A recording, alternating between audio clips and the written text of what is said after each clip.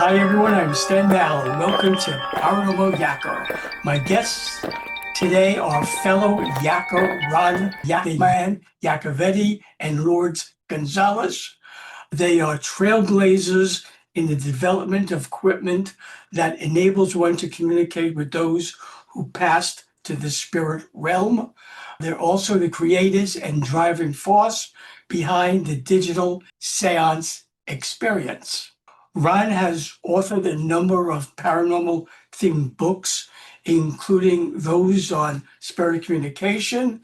He's also Chief Communications Officer and Research Analyst for the IDC, an institute formed to aid paranormal researchers and investigators in the search for answers into matters related to the unknown.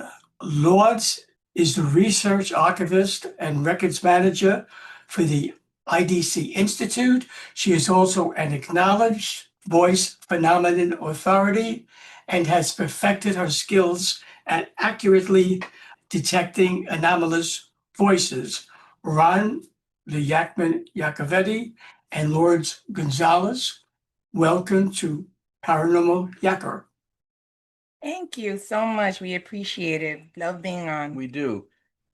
Before discussing your amazing digital seance experience, which has played to sold out audiences everywhere you've taken it, I'd like to know when each of you first became involved in exploring spirit communication and what triggered that interest. Since you, Ron, was the one who got the ball rolling, you can go first, and then Lourdes, I'd like to hear about your journey. With regards to the digital seance experience that we do now, I was technically the one who got the ball rolling first. But with regards to an involvement with spiritual activities, her story predates mine and is different than mine by quite a bit. Basically, for me, we live in New Jersey together. I started doing what was under the moniker of ghost hunting, and I know that's changed a lot over the years, paranormal researcher, investigator.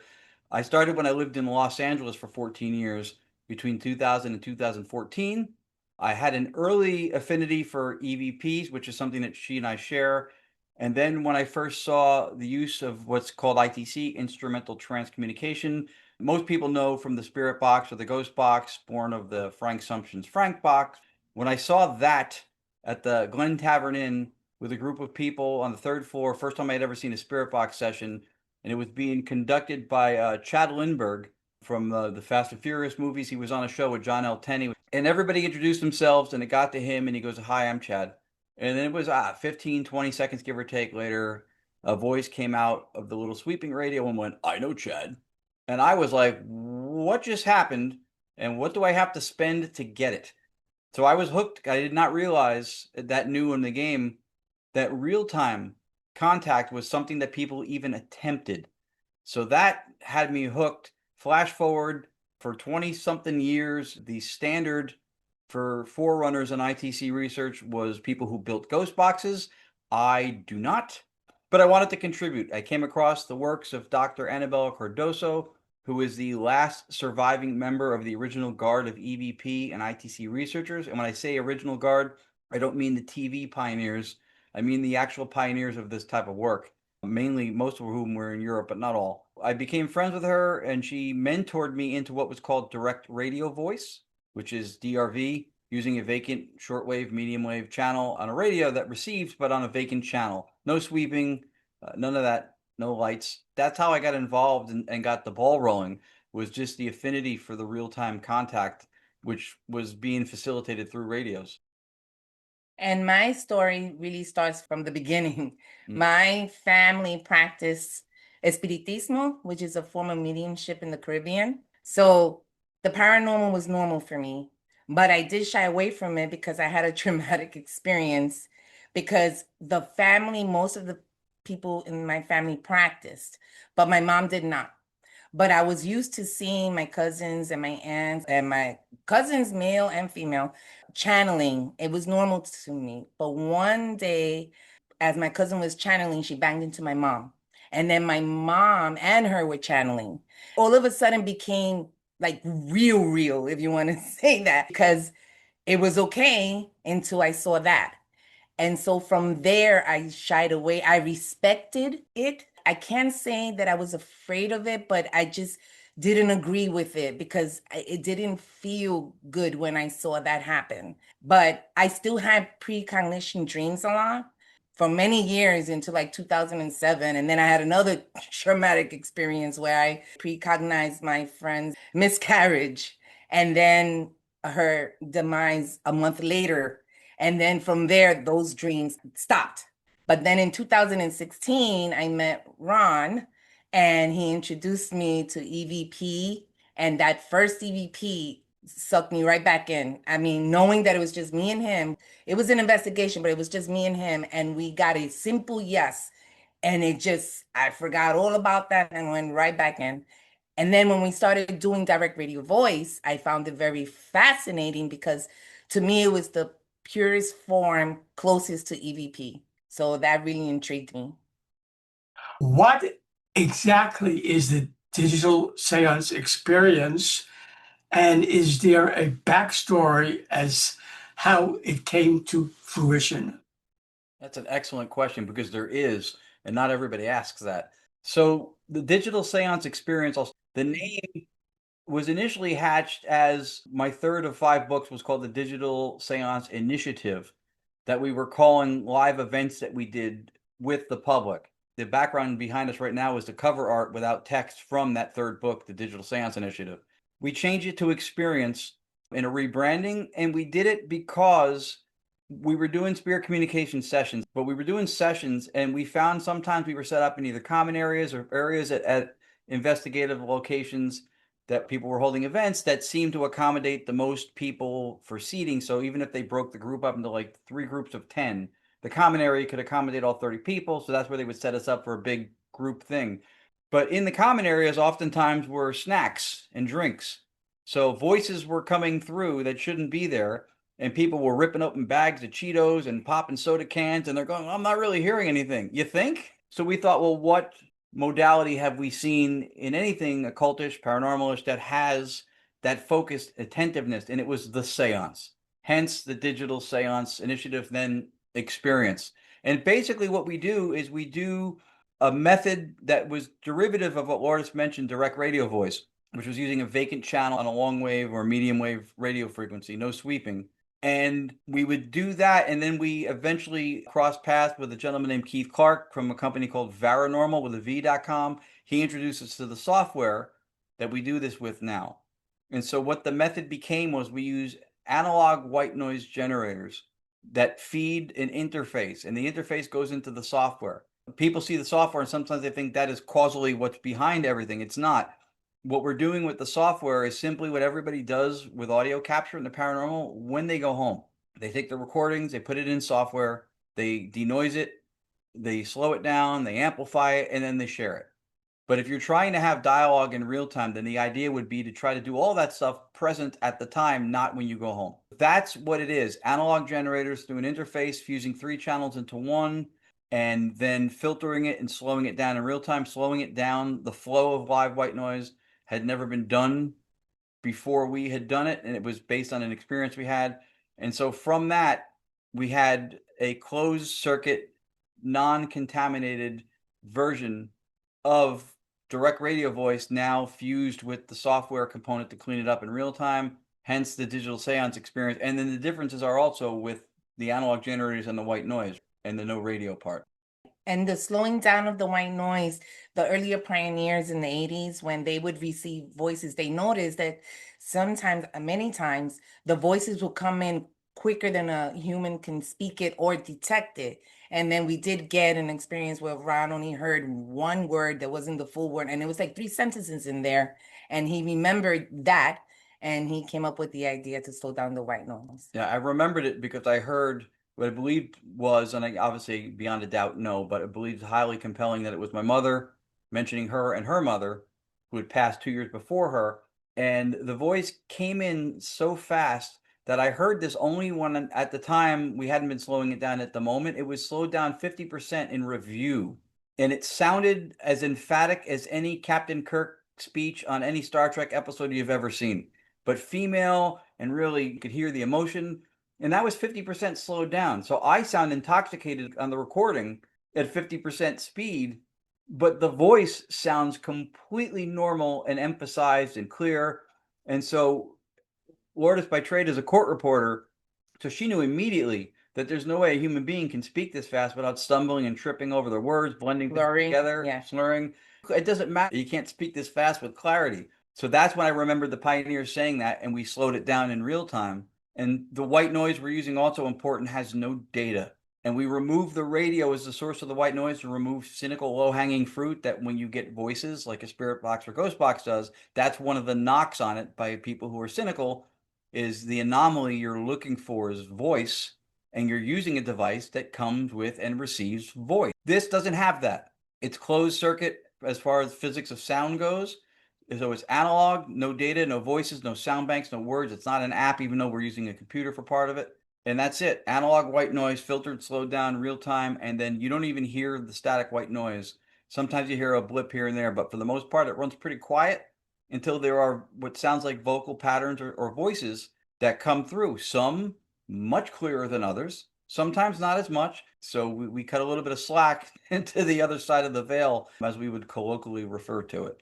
And the fascinating part about the white noise, though, because it's a constant level and there is no data, but you can tell emotions by the cadence and the slowing down of the white noise. And we still get voices that speak really fast. So you could imagine how quickly those voices are coming in. And that's, as mentioned in her bio, that's an authoritative opinion as far as I'm concerned. She has an incredibly attuned ear to vocal patterns, people talking over each other at the same time, different cadences, dialects. And so when she picks things out, oftentimes we agree, and when we don't, I hedge my bets before I argue. EVP, electronic voice phenomenon, was first popularized in the 1970s, and the first popular spirit box, often called Frank's box, because of its developer, Frank Sumton, came out in the early 2000s. In what ways does your spirit communication equipment differ from previous ghost and spirit boxes? That's an excellent question, too, because that is one of the things that we have tried to do in branding what it is we're doing in its uniqueness. I have an opinion that probably amongst many ITC practitioners or people over the years, not all, but might be an unpopular opinion, I don't see the Frank's box as a progression. When you look at the definition of what you would call progress, it has a topological effect to it where you have something and then there's a continuation of that and you keep building upon, building upon. I think the Frank's box and the sweeping radio from direct radio voice, which was a vacant channel that didn't touch broadcast, was a divergence. It was an alternate way to do it. But I think in theory, how it works, the ghost boxes work, is similar to what we do. I think that the white noise acting as something that transduces a non-detectable, non-physical signal, which we think is mentation or thought through consciousness, we think that's what's being put forth and what we're hearing as communication. So if that is true, we can at least support that assertion that we believe in some part by saying that there is clearly a brevity or shortness to the messages that come through the ghost boxes that we don't experience the limitation of. Because when it hits a frequency, it would be like if you and I are on the phone and I kept intermittently hitting the mute button. They're no longer available to the thing that's transducing and then maybe through resonance in some way making the voices detectable. So I think that the method inhibits itself, but I don't think it's a progression from earlier ITC with direct radio voice. I think somewhat maybe of a hindrance, definitely a derailment or a different way of doing it that invited skepticism because it's using a radio and it's able to receive radio voices and you're sweeping through them. And I think even from, and this is something that we do, and we'll get into more because we put forth a metaphysical philosophy called analytic idealism. And I think if you look at a physics of sound perspective again, the concept that many people, I won't say most or all, but maybe think that the spirit boxes or Frank's box works under is that you fragment the vocals by sweeping through broadcast, which is never the same second to second. So you have a randomization of sound fragments.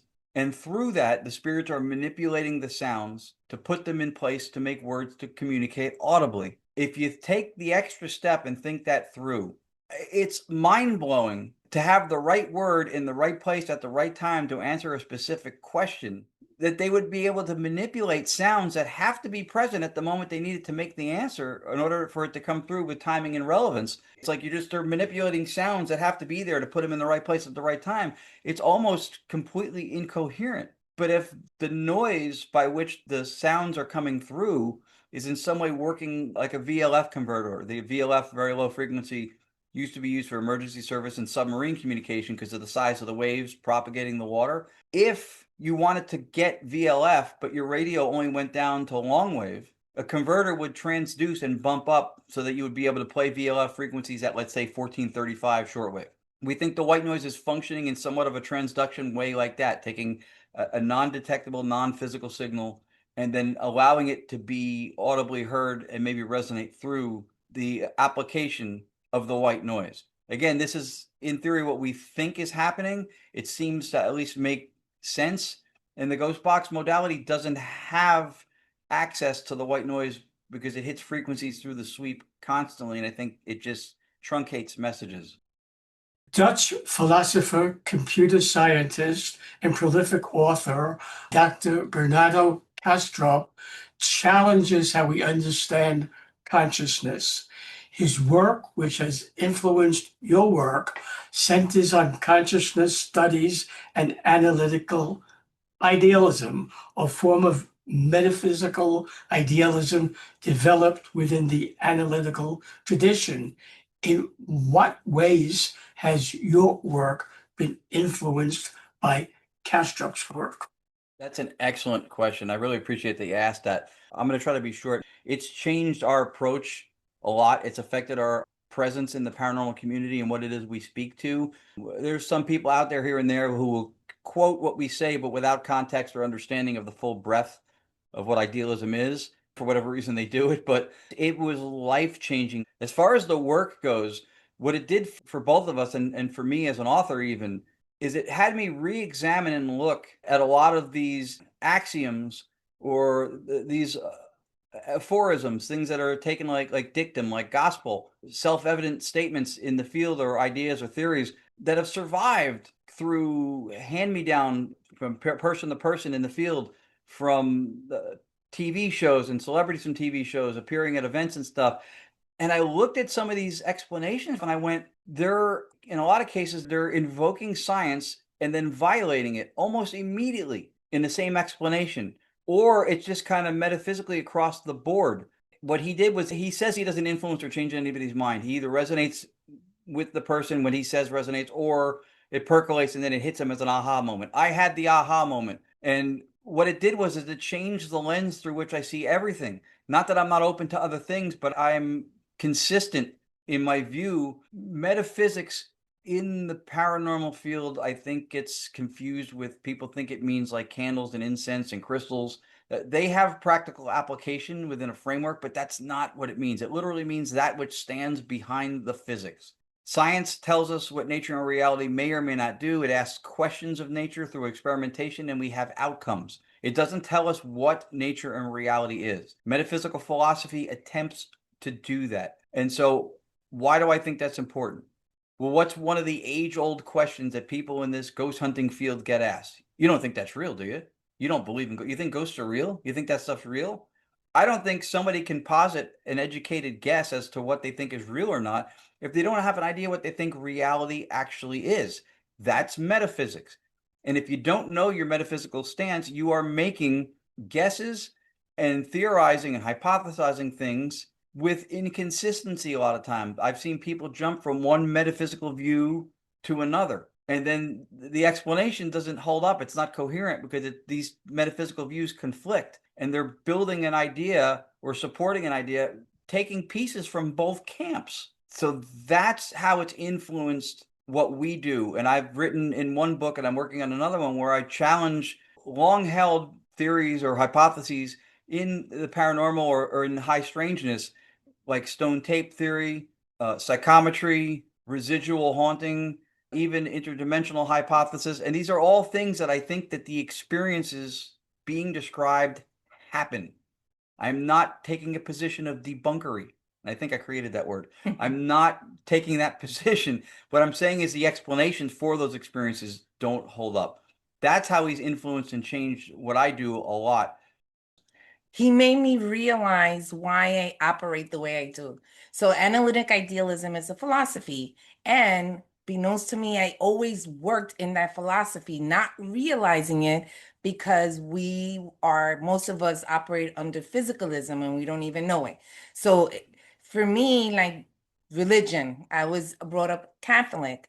The concept of when you do communion and you have to confess, it didn't make sense to me because I didn't think that I needed a middleman. And not only that, but people saw God as this physical form. And that didn't make sense to me because you start doing the circular reasoning. Well, who created God and who created him and who? So I always thought of God like this invisible mass, which is still physicalism because I'm seeing it as this invisible mass.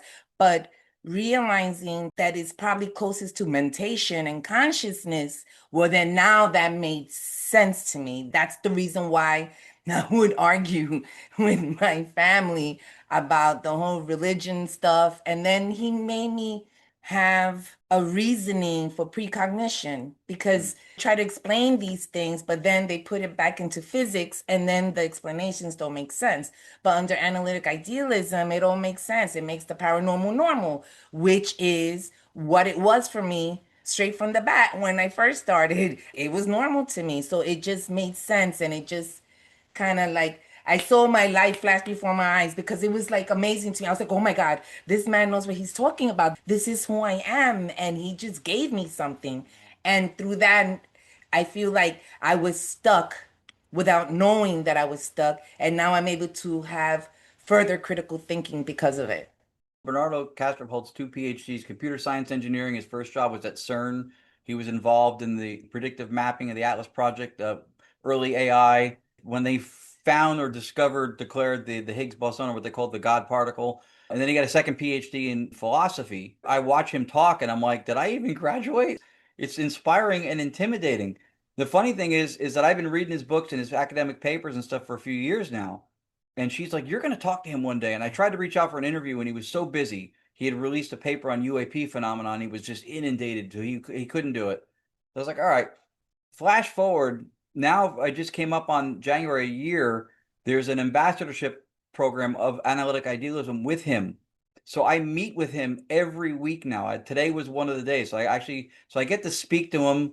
I get to discuss ideas and things, everything from consciousness to a variety of other things. They bring in leading people in different fields, and biology, Michael Levin, Jeffrey Kripal, Christoph Ka, who's a neuroscientist, also Marjorie Wolcott. So it's humbling and it's been totally inspiring to be part of that. And his metaphysics has shown us something else that's important. And I hope that this is what I'm about to say, a takeaway from this interview for anybody who's watching it, who's into the paranormal or ghost hunting or supernatural or whatever they want to call it. One of the reasons why having a familiarity with one's metaphysical position is so vital. If you know, and I'm sure you do, for people watching, the gentleman, brilliant man named Carl Sagan. He said extraordinary claims require extraordinary evidence. It became known as the Sagan standard. That is one of the biggest things plaguing people who believe in all this paranormal supernatural stuff. Because in my opinion, that statement is only true, only if by being termed extraordinary, it is done so because of what happened exists outside of a dogmatic belief system. And so hence it needs a grandiose entry into the belief system. Hence, extraordinary circumstances require extraordinary proof or evidence, because this box is the belief system, which is most times people don't know, and which is the reigning worldview for a while now. Physicalism used to be called materialism, that says that the only thing that fundamentally exists is material stuff, physical things, and everything else comes from that, including consciousness, where your physical mushy brain's creating it. That's the worldview. And when that view says that all this paranormal stuff isn't real and it doesn't exist and it's fake and all that stuff, or can't happen, it's because it doesn't fit in that box. So the Sagan standard is starting with an aphoristic view. It's saying that it's an ideology. Science is not an ideology, it's a method of inquiry. But it's saying that this is what's true because we believe it based on axioms. And then what's not fitting into this can't be legit. So let's not even look at it. Hence the term of the clergy people back in the day who wouldn't look through Galileo's telescope. They didn't want to acknowledge what it is he saw. That's what we're subject to because of metaphysical bias. That's why knowing one's metaphysical position is vital, because all we're doing otherwise, and there's tons of people in this field aggregating really compelling data, videos, pictures, audio recordings, a lot of it, psi phenomena, telepathy stuff, clairvoyance, mediumship, and we're taking an 8-inch diameter ball, that's our evidence, and we're throwing it out there at a 4-inch diameter hole. That's the people we're appealing to. And we can't figure out what it is we're putting out there isn't getting through. We have to do something to inform and influence the place which we're putting our stuff out in order for it to be seen fairly through a lens that allows for what happens, where the theory fits the facts, not the other way around. How has instrumental transcommunication changed the field of spirit communication? Well, I would say the real time process of it, because it is fascinating, even with the spirit boxes. When I first started and when I heard voices in spirit boxes, I never heard the voices within the sweep. I always heard it that where I felt it was spirit communication, it was either above the sweep that it was so loud and it replaced it, or it was a low voice that you would hear underneath the sweep, which we believe is that white noise helping to bring that voice forward.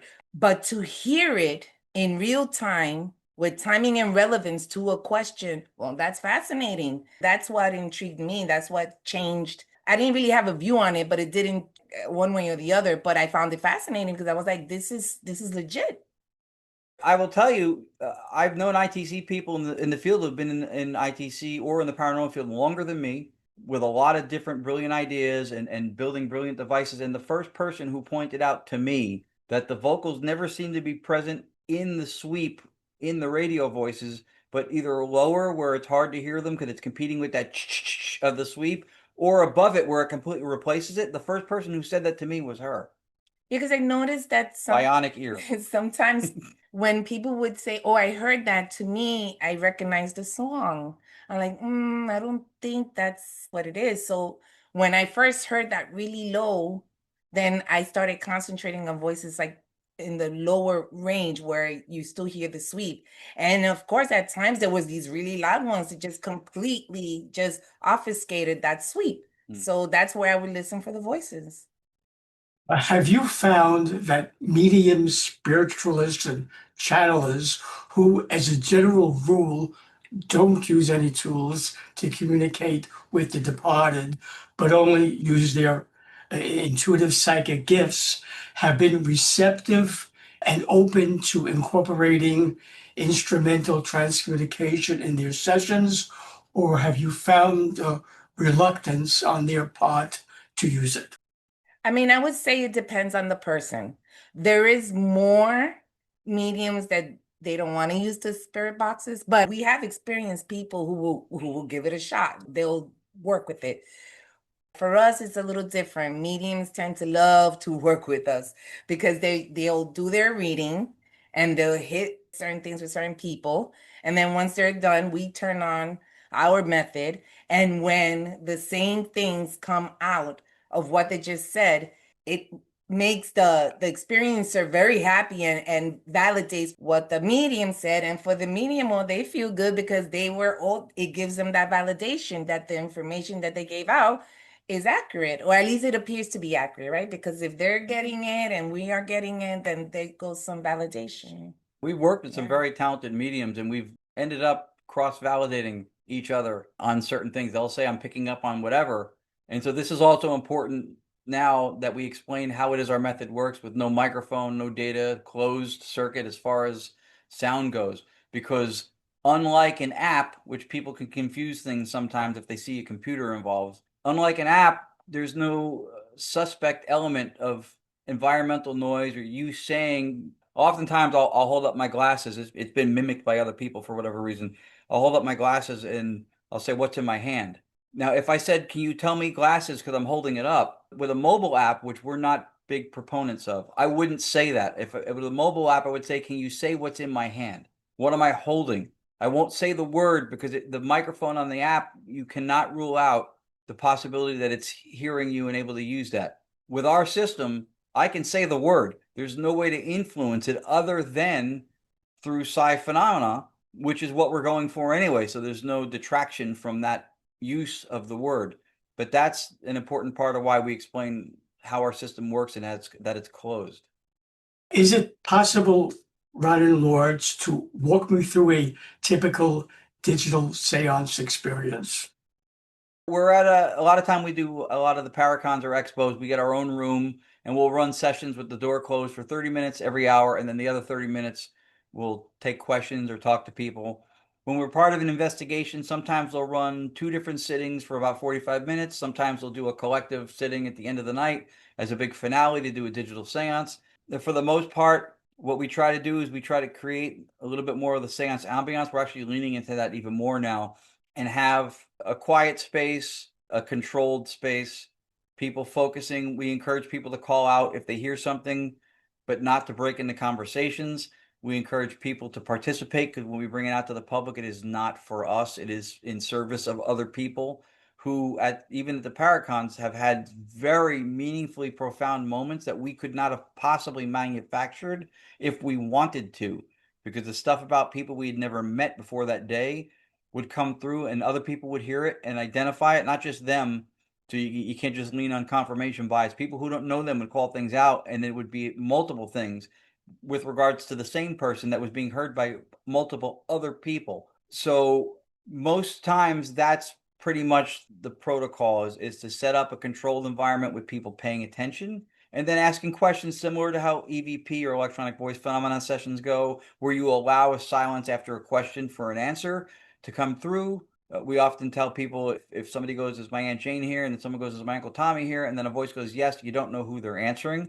And then make sure that they speak loudly enough so that recording devices pick it up. I often tell them, you don't have a Q&A if you don't have a queue. I mean, focus and intention is very important. We notice when there is focus and intention, the communication is better. When we first started, the one inside, when we first started doing this, it was for us. We were doing research and we were getting these voices. We were trying to come up with something new because, like you said, he couldn't build ghost boxes. But then when we started taking it out, we started experiencing other people experiencing life-changing moments. And our first one was a 15-year-old young lady who believed that her grandmother was coming through. Mm-hmm. And I don't remember the name of the show, so I'm going to make a name up. But she said, Grandma, if this is you, what TV show we used to watch when I was a little girl? And Dr. Roberts came through. And that was it. She started crying because it was an unusual name. I never heard of the show. That's why I can't remember it. And she started crying and it was impactful. And that was the aha moment for us to say, wait a minute, this is not for us. This is for us to share for service to the people, to give them that solace or whatever it is that they're looking for to get out from spirit communication. Because you brought the digital seance experience to so many varied environments and locations, I was wondering if spirit communication showed itself to be stronger when held in certain areas versus other areas. I'm going to say yes. I think the environment has something to do with it. Mm. I don't know how it works because it's a closed system. But if under analytic idealism, if we believe that it's mental, then that means it doesn't matter if it's a closed circuit or not. And intention, the environment, all of that does play its role in the communication. Yes, I absolutely. I think that the closed circuit system just allows us to rule out contamination in ways that are typical to maybe ITC methods, but ontologically, in an idea of beingness and what has primacy as an irreducible base, what reality may be, which we think is through idealism is consciousness, there's no independently physical things. physicality, and this is a confirmed thing for the most part through quantum physics for at least 50 years, I think that physicality is a result of observation and measurement. Things don't have physical parameters that are then revealed upon observation and measurement. Physicality is the result of observation and measurement, which is how you can have things like entanglement, because particles are not little independent marbles that somehow can be millions of miles away. And when you spin one on the axis this way, the other one spins on the same axis the opposite way in alignment with it at the same time. You can't have that if these are independent things. I agree that in essence, because it is not a fundamentally physical apparatus, but presents itself to us as all physical things do to our sense perception, that, yeah, that a factor in it. And I also think that some places that people think have stories or myths that go along with the history of them, that those memories, especially if things actually happened, are part of what we would call a cognitive neighborhood, things, ideas that are grouped by association. Now, that may not sound familiar or even sensible to someone if you're thinking in terms of how we were brought up through physicalism, that physical things exist primarily and then everything else can be explained from it. But under idealism, where the reality is fundamentally subjectivity or consciousness, which is nature's only true given, everything that we know directly or indirectly through acquaintance is through being conscious. If something exists outside of consciousness, it may as well not exist because we don't have access to it. Based on that, I think that you can have certain things that are grouped by association in what we would call a cognitive neighborhood. An example, if you remember your first car and you're driving along the coast and what song you were listening to and the color of the car and the smell of the ocean you were driving along the coast and the wind in your hair and the song, that's all things that are grouped by association, part of what we call cognitive neighborhood. So can instances and stuff that has happened at a location collectively be part of a mental process that you could pick up on or connect with possibly? Yes, I think so. I don't think per what we call residual haunting or stone tape theory or psychometry, which again, I believe the experiences happen, but I don't think that these things like experiential states like love and despair are being stored in the wood, crystals, or rocks that are part of these places, because that runs into all types of problems with physics with regards to mechanism for recording, mechanism for playback, entropy, erasing it. That's a whole other thing. But based on the idealist foundation, as Lourdes nicely laid it out, yes, I think that places, certain things in certain places may have things that are more conducive to what it is that we're doing, and through messages and stuff coming through. I think it's a mistake to look at something like this and say that if you can't bring it into a lab and recreate it, that it's not legitimate. I understand the reasons for doing lab studies and lab experimentation because it's more rigorous and you can control it for EMF readings, for contaminants. But when we take something from out in the field at a location that is termed haunted, where activity happens, and you bring it into a laboratory to do it under controlled circumstances, you are unknowingly biasing the experiment. Why? Because we don't know all of the contributing factors behind the phenomena. It could go for miles. It could be the size of a village, things that are participating in that formation of whatever the experience is. We don't know. So when you move it, you bias it. And it comes with an unexamined assumption too, that everything that happens with these paranormal phenomena happens from a microscopic to a macroscopic scale. So of course it'll fit in the laboratory. You should be able to do it there. Not necessarily so. We don't know if certain things, certain phenomena are triggered at a higher level of complexity when there's a lot of things on a larger scale that are in place, and then you get the phenomena. Now, that's not to say that this is an exclusive statement that covers everything. If you look at the works of people like Dean Radin, for example, who's done extensive work with psi phenomena, they have recreated well above chance odds on several different things having to do with telepathy and remote viewing in laboratory settings. So that box has also been checked. But again, Sagan standard and the ideological perspective of physicalism saying this stuff is impossible, it doesn't get looked at. They once again say, I'm not looking through Galileo's telescope. And the standards also is another thing too, is because there's a lot of stuff in the paranormal field that is substandard that gets put out there as class A evidence. Not all of it is that gets put out there. People are not, I think, as stringent or rigorous as they should be. So when it's not good enough, they go, this is not good enough. This is not good stuff.